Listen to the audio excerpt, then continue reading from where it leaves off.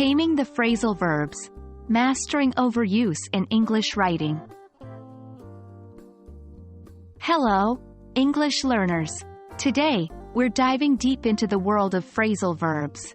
Specifically, we'll talk about one common problem many learners encounter: overusing phrasal verbs in written English.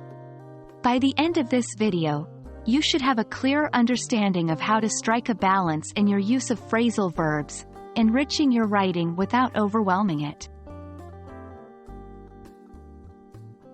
To start, let's quickly recap what phrasal verbs are. They're unique verb phrases consisting of a main verb and one or more particles, usually a preposition or an adverb. Examples include look up, give in, break down, and countless others. Phrasal verbs are very common in spoken English and informal writing. However, in formal written English, their overuse can lead to problems. Many English learners lean on phrasal verbs because they are so prevalent in everyday speech and informal writing. Plus, they can seem like a great way to add variety and naturalness to your writing. However, when overused, they can make your text sound too casual or even unclear. Remember, your goal in formal written English is clarity and precision, and sometimes a simple, single-word verb can convey your meaning more effectively. Let's talk about how to spot overuse in your own writing. If you notice that you're using multiple phrasal verbs in a single sentence or paragraph, it might be a sign of overuse. Another red flag is if your writing seems unclear or hard to follow because of the number of phrasal verbs.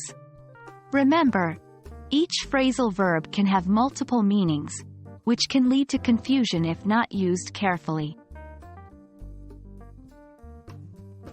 So how can you avoid this common pitfall? Here are a few strategies. 1. Consider the context. If you're writing a formal text, consider using more traditional verbs instead of phrasal verbs. For example, instead of put off, you might say postpone. 2.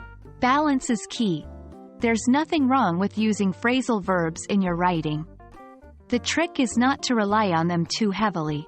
A balance between single-word verbs and phrasal verbs can make your writing dynamic and engaging without being overly informal or unclear. 3. Edit and revise.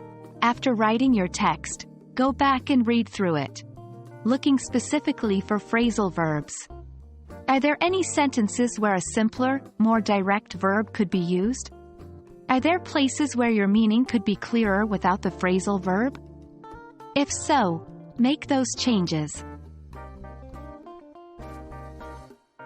There you have it, a quick guide to taming the overuse of phrasal verbs in your written English. Remember, phrasal verbs are an essential part of the language, but like any good thing, they can be overdone.